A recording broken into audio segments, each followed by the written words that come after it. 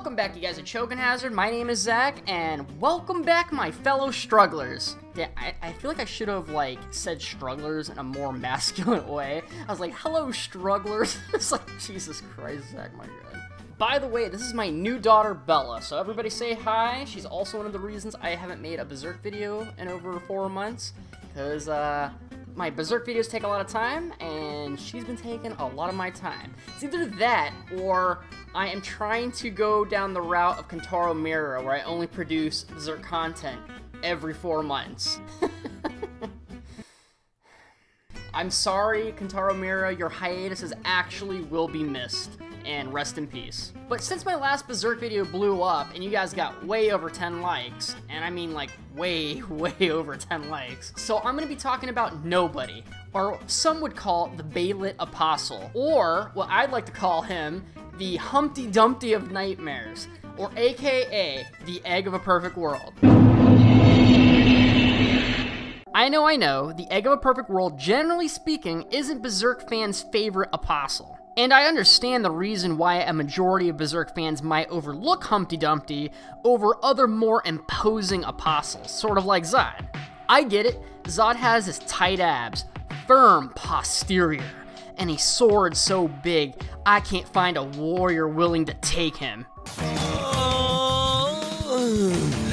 In a fight. Take him in a fight, you guys. The Egg Apostle isn't physically that frightening, to be honest. His design is a little weird, and he's one of the only big storyline apostles that doesn't actually have a big epic showdown with guts. But what he lacks in regular apostle shenanigans, he makes up for in being one of the most intriguing apostles in the entire series of Berserk. One of the things that makes the Egg Apostle completely different than other apostles is the main theme that surrounds him. The concept is that the most insignificant being can summon the greatest and most amazing beings, which is actually the opposite of most apostles. Most apostles have like a really big dick attitude. Most apostles are narcissistic and want to be the headliner. They want to be the strongest in the room. They seek to be the mega Chad of their own dream and story. But the Egg of a Perfect World is completely different. The Egg of a Perfect World was inspired by hikikomori, hopefully I pronounced that right by the way, which is a word in Japanese that means acute social withdrawal, which is supposedly a growing problem in Japan. But anyways, you can see his isolated lifestyle right from the get-go. Right from the start, the audience never gets to see him confront anyone. He's just mysteriously gazing at people from the distance. As a human, the Egg Apostle was a nobody that had no name or family. His earliest memories was being at the trash dump in Albion, where he also found his Baylit. Anytime he'd come in contact with humans, he would get ostracized, beaten, and rocks thrown at him. So he dug a hole for himself and resided in it because he had nowhere else to go. During this time, the Black Plague was ravishing the lands. Unaware of his home, the citizens of Albion used his hole to dump the dead, eventually crushing Nobody. Just about to die while holding the Baylit in his hands, the God Hand appeared and granted his wish in return for a sacrifice. What was the wish, you ask? It was the creation of a perfect world. But unlike other apostles, he didn't have anything, not even a friend or a living soul precious to him to use as a sacrifice. I always imagined that the conversation between Nobody and the God Hand went hilariously wrong. You have called upon the God Hand. What is your sacrifice? I don't really have anything other than this Baylit, so I'm not really sure. Do you have a spouse? No, I don't. Family? No. Friends? Nada. Perhaps a pet turtle? No, sir, I don't.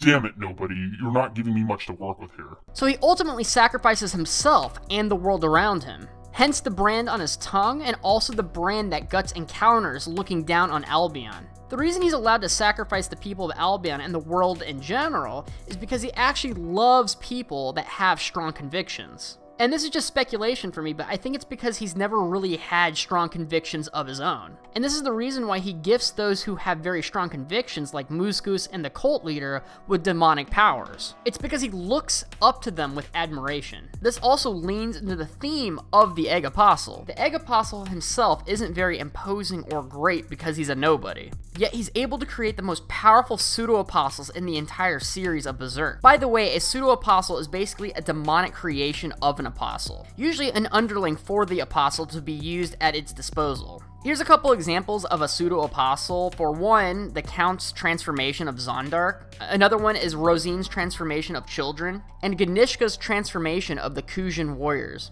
Pseudo-apostles are never as strong as the main apostle, except for the Egg of a Perfect World. The Egg of a Perfect World's pseudo-apostles are basically as powerful as most full-fledged apostles, and are even more powerful than the Egg himself. The only time the Egg of a Perfect World ever attacks anybody is when he's being chased by Skull Knight and gets basically cornered.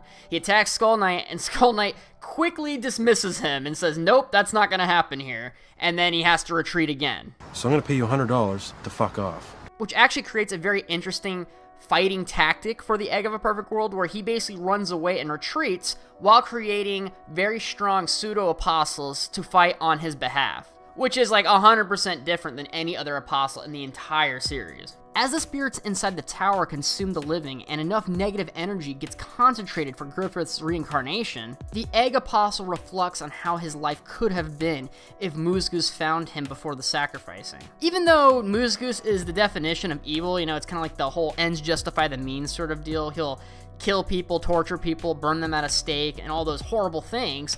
He also saved people that were ostracized from society, sort of like nobody. On his way up, the Egg Apostle finds the Demon Child, who he swallows because of his disfigured similarities and the efforts that the Demon Child went through to protect Casca. As he notices that everyone in the world desires the same as him, he sheds a tear of blood and his face rearranges into a smile, ultimately becoming a vessel for Griffith. Obviously, this scenario was parallel to the Femto birth during the eclipse, and this pseudo-eclipse is called the Reincarnation Ceremony. Skull Knight being the bastion of every piece of knowledge in Berserk, because he just always has some sort of truth nuggets to say, he also says, hey, once every 1,000 years, one person from the divine domain is reincarnated. So it's actually a thing that reoccurs supposedly. Skull Knight, but how the fuck do you know that? I want to know. Like, I'm serious, I'm sure a lot of fans want to know this too.